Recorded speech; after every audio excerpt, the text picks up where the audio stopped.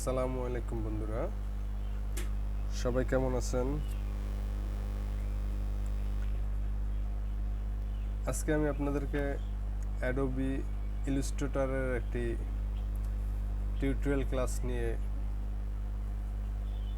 Video করব, যেটা দেখে আপনারা খুবই উপকৃত হবেন। একদম বিগিনারদের জন্য, যারা নতুন, আমার এই ভিডিওটি শুধু তাদের জন্য। অ্যাডভান্স লেভেলে যারা আছেন তারাও দেখতে পারেন, অসুবিধা নাই, শিক্ষার তো শেষ নেই। তো অ্যাডোবি ইলাস্ট্রেটরের ব্যাপারে, এই অ্যাডোবি ইলাস্ট্রেটর আমি ব্যবহার করতেছি 2023। আপনারাও যদি আপনাদের অ্যাডোবি ইলাস্ট্রেটর আপলোড দেওয়া থাকে, ডাউনলোড করা থাকে, ইনস্টল করা থাকে, তাহলে আপনারাও চেষ্টা করবেন যে আপডেট ভার্সনটা ব্যবহার করার জন্য। 2019, 20, 21, 22, 23 হলেও চলবে, কারণ এগুলোতে আপনি নতুন নতুন অনেক ফিচার পাবেন। আর শেখার জন্য, বিগিনারদের জন্য পুরাতন ভার্সন হলেও সমস্যা নাই, আপনারা তো জাস্ট এখন শিখবেন সেটার জন্য। আমি আমার এই অ্যাডোবি ইলাস্ট্রেটরটা নিয়ে কিছু কথা আপনাকে আগে থেকে বলবো। অ্যাডোবি ইলাস্ট্রেটর শুরু করার আগে আপনাদেরকে কিছু কথা বলবো। প্রথম কথা হচ্ছে, কিছু কিছু মানুষের ধারণা বিভিন্ন রকম হয়ে থাকে। যেমন কেউ বলেন ফটোশপ ভালো, আবার কেউ বলেন অ্যাডোবি ইলাস্ট্রেটর ভালো। আসলে এটা তুলনা করা খুবই কঠিন, কারণ অ্যাডোবি ইলাস্ট্রেটর দিয়ে আপনি ডিজাইনিংয়ের কাজ করবেন, ফটোশপ দিয়েও আপনি ডিজাইনিংয়ের কাজ করবেন। অ্যাডোবি ইলাস্ট্রেটরের কাজ করতে একটু সহজ।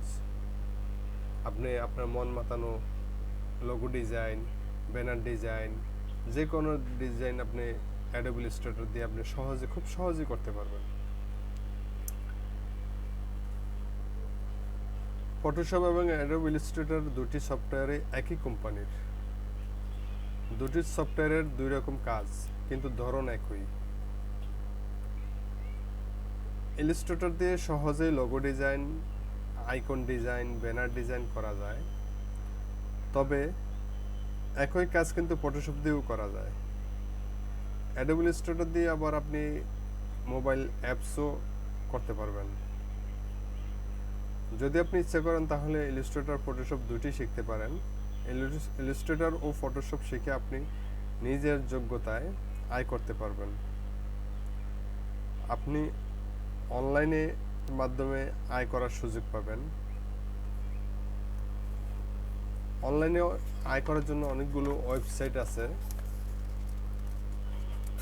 যেমন 99 ডিজাইন, ফাইবার, freelancer.com, আপওয়ার্ক ইত্যাদি। আরও অনেক সাইট আছে। অফলাইনেও আয় করার সুযোগ রয়েছে, যেমন কোনো দোকান অথবা প্রাইভেট কোম্পানিতে ডিজাইনার হিসেবে চাকরি করতে পারবেন। তবে আপনাকে সর্বপ্রথম কাজ শিখতে হবে।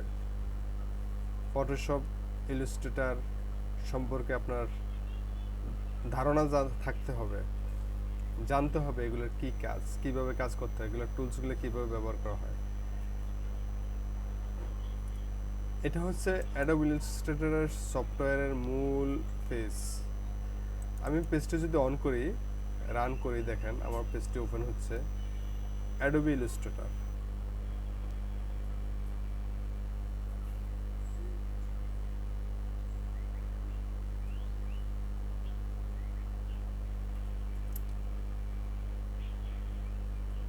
এই সফটওয়্যারটি ওপেন হওয়ার পরে আপনি এটাতে অনেকগুলি কাজ দেখতে পাবেন। এটা হচ্ছে অ্যাডোবি ইলাস্ট্রেটরের প্রথম মেইন ইন্টারফেস। এখানে আপনি দেখেন কতগুলো পেজের সাইজ দেওয়া আছে: letter, postcard, common, iPhone x, HDB, HD TV আরও আছে, আপনি এখানে দেখতে পারেন। Recent, save, mobile, web, print, film and video, art and illustration. এই পেজটাতে আসার পরে আপনার এখানে কিছু কাজ আছে। আপনাকে প্রথমেই ক্রিয়েট নিউ, আমি এটা ক্যান্সেল করে দিই। এখানে ক্রিয়েট নিউ দিলেও আপনার সেই পেজটি আসবে। এই পেজটি আসলো, আসার পরে এখানে আপনাকে কিছু পেজের অপশন সিলেক্ট করতে হবে। এখানে দেখুন pixel, points, picas, inch, feet, feet and inches, yards, millimetre, centimetre, metres. আপনি পেজটা আসলে কোন মেজারমেন্টের উপর নিতে চাচ্ছেন, কোন সাইজের উপর নিতে চাচ্ছেন, সেই ব্যাপারে আপনাকে এখানে প্রশ্ন করা হচ্ছে। তো আপনি যখন কোনো একটা সাইজ নেবেন, কোনো একটা পেজ নেবেন, সেটা কতটুকু হতে পারে, কতটুকু ইঞ্চিতে হতে পারে। তো আমি আপনাদেরকে ইঞ্চির উপরে একটি পেজ ওপেন করে দেখাচ্ছি। যেমন আমি প্রথমত আমি এখানে ইঞ্চি সিলেক্ট করলাম 8 ইঞ্চি, এবং এখানে সিলেক্ট করছি 11 ইঞ্চি, 11 ইঞ্চি, অর্থাৎ A4 সাইজের একটি কাগজের মাপের আমি একটা মাপ নিলাম। তারপর এখানে আমরা এই অ্যাডোব ইলাস্ট্রেটর মূলত প্রিন্ট মিডিয়ার জন্য কাজ করি। আপনার যে যে জিনিসগুলি প্রিন্ট হয় সেটা, অথবা আপনি RGBও করতে পারবেন, যেটা ডিজিটাল পেজের জন্য। তো CMYK হচ্ছে প্রিন্ট মিডিয়ার জন্য, আপনি যে জিনিসটা ডিজাইন করে প্রিন্ট করবেন, প্রিন্ট আউট করবেন সেটার জন্য। আর RGB কালার হচ্ছে, সেটা হচ্ছে ডিজিটাল মিডিয়ার জন্য। তো যাই হোক, এখন আমি যখন এই পেজটা নিলাম, নিয়ে নেওয়ার পরে আমি মেজারমেন্ট দিলাম কত ইঞ্চি, উইথ দিলাম 8 ইঞ্চি, হাইট দিলাম 11 ইঞ্চি। এখন দেওয়ার পরে দেখেন এখানে আবার একটা জিনিস আছে, আর্টবোর্ড। আর্টবোর্ডটা আমি আপনাদেরকে একটু পরে দেখাচ্ছি আর্টবোর্ডটার বিষয়ে। এখন আমি কি করব, এই ক্রিয়েটে দিব। ক্রিয়েটে দিলে আমার মূল পেজটা আসবে, যে একটি আমি আর্টবোর্ড নিচ্ছি, এখানে কিন্তু 1 দেখাচ্ছে, আমি একটি আর্টবোর্ড নিলাম, একটি আর্টবোর্ড। এই সাদা অংশটুকুই বলে আর্টবোর্ড। এখানে বাম পাশে দেখুন এই যে আইকনগুলো যে দেখা যাচ্ছে, আমি যে আমার মাউসের কার্সার নিচ্ছি, সেখানে বিভিন্ন পয়েন্ট আসতেছে, এগুলো মূলত অ্যাডোব ইলাস্ট্রেটরের টুলবার। এখানে এক একটা টুলসের এক একটা কাজ, এক একটা টুলস দিয়ে এক একটা কাজ করা যায়। এখানে দেখুন এটা লেখা আছে সিলেকশন টুল। তো আমরা আজকে কথা বলবো আপনাদের সাথে সিলেকশন টুল নিয়েই। সিলেকশন টুল সম্পর্কে আপনাদেরকে আমি আজকে শেখাবো, যে যারা নতুন তাদের জন্য সিলেকশন টুল কিভাবে কাজ করে সেটা দেখাবো। তারপর এটা আছে ডাইরেক্ট সিলেকশন টুল, তারপরে আছে ম্যাজিক ওয়ান টুল। এগুলো নিয়ে আমি পরে কথা বলবো আপনাদের সাথে। এখন সিলেকশন টুল দিয়ে কী কাজ হয়, সিলেকশন টুল মূলত কী, সিলেকশন টুল দিয়ে কী করে, এই ব্যাপারে কথা বলবো। তো সিলেকশন টুল, এখানে যদি আমি সাদা পেজ, এই যে সিলেকশন টুল ক্লিক করলাম, ক্লিক করার পরে দেখেন এখানে ইনসাইড গ্রাউন্ড ব্ল্যাক হয়ে গেছে, কালো হয়ে গেছে। তো এখানে যখন আমি সিলেক্ট করলাম, এখানে সিলেক্ট করার মতন কোনো কিছুই নেই, কারণ যে আমার আর্টবোর্ডটা খালি। তা আর্টবোর্ডটা যেহেতু খালি, সেখানে কিছু একটা দিতে হবে, দিলেই তবেই এখানে কাজ করবে। তো আমি এখান থেকে একটি রেক্টেঙ্গেল টুল নিচ্ছি, এই রেক্টেঙ্গেল টুল নিচ্ছি। রেক্টেঙ্গেল টুলটা আমি যদি এখানে রাইট ক্লিক করি, তাহলে এখানে একটা নতুন একটা ইন্টারফেস আসবে, সেখানে আপনাকে প্রশ্ন করবে যে আপনার রেক্টেঙ্গেল টুলের যে বক্স সাইজটা, উইথ কত নেবেন, হাইট কত নেবেন। তো আমি স্কোয়ার একটা নিতে চাচ্ছি, স্কোয়ারের হলে যে উপরে যা আছে নিচেও তাই আছে। তা আমি সেই মেজারমেন্টের একটি বক্স নিলাম রেক্টেঙ্গেল টুলস দিয়ে। এই দেখুন, এখন এখানে সিলেকশন টুলটা আমি সিলেক্ট করলাম। সিলেকশন টুলটা সিলেক্ট করার পর সিলেকশন টুলের কাজটা কি, এখন হচ্ছে আসল বিষয়। আমি এটা সিলেক্ট করব, সিলেক্ট করে এটা এদিকে আমি সরাতে পারবো, এদিকে সরাতে পারবো, এদিকে সরাতে পারবো, এদিকে সরাতে পারবো। এটা হচ্ছে সিলেকশন টুল দিয়ে কোনো কিছু সরানো বা মুভ করানো সহজেই। এটার আরেকটা কাজ আছে, সিলেকশন টুল দিয়ে আমি এই বক্সটাকে ছোটও করতে পারবো, বড়ও করতে পারবো। এই যে ছোট করে নিচ্ছি, এই যে এই যে বড় করে নিচ্ছি, এই যে ছোট করে নিচ্ছি। এটার কাজ হচ্ছে ছোট বড় করা সিলেকশন টুল দিয়ে। আপনি সিলেকশন টুল দিয়ে চাইলে আপনি এক জায়গা থেকে আরেক জায়গায় নিতে পারবেন, এভাবে আপনি বিভিন্ন জায়গায় বসাতে পারবেন। এটাই হচ্ছে মূলত সিলেকশন টুলের কাজ।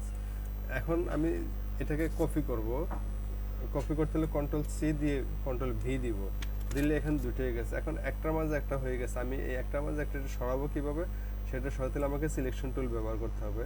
এই সিলেকশন টুল দিয়ে আমি সেটাকে পাশাপাশি নিয়ে গেলাম। নিয়ে যাওয়ার পরে এই দুইটা বক্স পাশাপাশি চলে আসলো। সিলেকশন টুলের কাজ হচ্ছে এটা।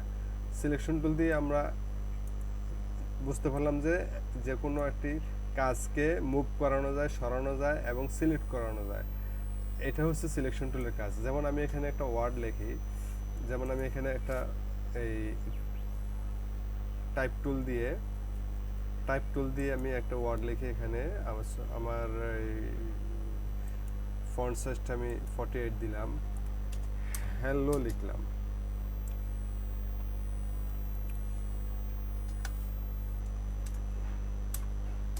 হ্যালো লিখলাম।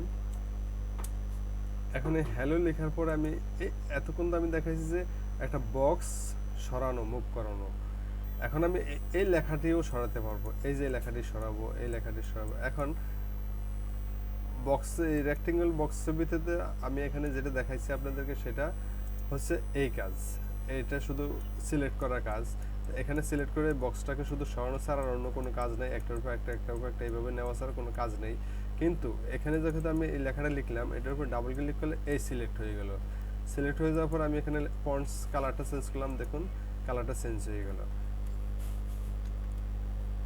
সিলেকশন টুল দিয়ে আপনি এই কাজগুলি করতে পারবেন। তারপরে আপনি কি করতে পারবেন, এটাকে এই রোটেট করতে পারবেন। এই যে সিলেকশন টুলের কাজ হচ্ছে রোটেট করা। এই যে সিলেকশন টুল দিয়ে আপনি রোটেট করতে পারবেন। এই যে রোটেট করা, আবার সোজাও করতে পারবেন সিলেকশন টুল দিয়ে। সোজা হয়ে গেছে, সোজা হয়ে গেছে। তাহলে আমরা আজকে কি শিখলাম? সিলেকশন টুলের ব্যবহার।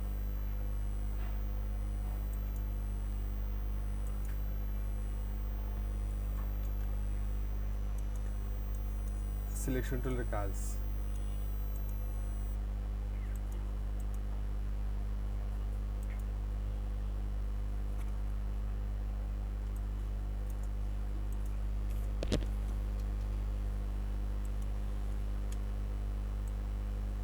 এই যে দেখুন সিলেকশন টুল দিয়ে আমি লেখাটা এটার উপর বসাই দিলাম, ডিলেট। তাহলে বন্ধুরা আমরা আজকে এতটুকু পর্যন্ত শিখলাম সিলেকশন টুলের ব্যবহার কি। পরবর্তী ভিডিওতে ক্লাস 2-তে আমরা দ্বিতীয় দফায় দেখানোর চেষ্টা করব আপনাদেরকে। সবাইকে ধন্যবাদ, ভালো থাকবেন, সুস্থ থাকবেন।